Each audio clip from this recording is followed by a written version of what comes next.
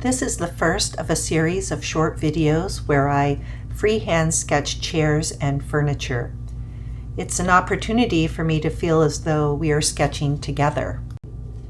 Typically, I sketch on a roll of trace paper using a soft graphite pencil like a 4B or a 6B grade softness. I like roll trace paper over trace pads because they are inexpensive, they're easy to roll up and store, and it makes a great side-by-side reference of your sketching progress. It's good practice to try to sketch every day. You'll need an inspiration photo or sketch of the chair that you want to mimic. Make sure it's right in front of you so that you can glance at it continuously. Unroll the trace paper from the last sketching session. Try to sketch one entire chair first. Later, break down the different parts of the chair and sketch that one part repetitiously over and over again. Always start by blocking out a primitive shape using rectangles. Stack and interlock a series of rectangles before adding contours. If you start with a sturdy rectangle, your chair will not end up looking crooked or wonky. The curves connect the parts of the chair and begin to create visual planes. Before moving on to a new part of the chair, go over and over the contours, making slight adjustments to the shape and size. You want to have many layers of soft graphite pencil over the outline of your chair. Place the inspiration sketch or photo under the trace paper. Observe the similarities and differences between your sketch and the inspiration photo. Instead of fixing the first sketch, roll out some more trace paper and try again. This time, make small adjustments in your process, creating the chair geometry. Only work on one small part of the chair each time. Continue to roll out more trace paper with each little adjustment that you make.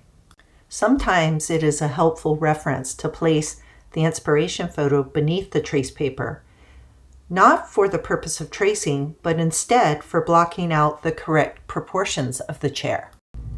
The inspiration photo will help you see greater detail, the parallel lines of the planes and the angles. These are necessary adjustments you'll need to make in order to move on from an orthographic, block-looking furniture to more identifiable, iconic designer furniture. You'll see me here start to block in parallel lines and arcs, but on an angle. So the chair is starting to evolve, look more recognizable, and more sophisticated than the first set of blocked out rectangles. Here, roughly trace over the legs of the chair so you start to get a little bit of memory and recognition of the spacing and the angles of the legs. Once you have the basic shape of the chair, start to put in things like the bowl of the seat so you know where the shading will be to create additional planes. You'll need to do about 20 different chairs to develop the memory to be able to do it freehand. As you roll up your roll of trace paper for the day, go back over each of the outlines and sketches and just check out the geometry of your chairs with the inspiration photo. How close did you get? Are the proportions pretty good? These are things to work on another day. You'll pick a new chair when you've mastered this one with just a little bit more detail. Try not to sit for hours at a time sketching the exact same chair. Try not to be too precise. Remember, tomorrow is another day, and it will help you develop the repetition if you do it each morning. Once you've cycled through a varied selection of chairs, start back again with a very simple one and do the series all over again. That will help you remember the contours of each of the iconic chairs.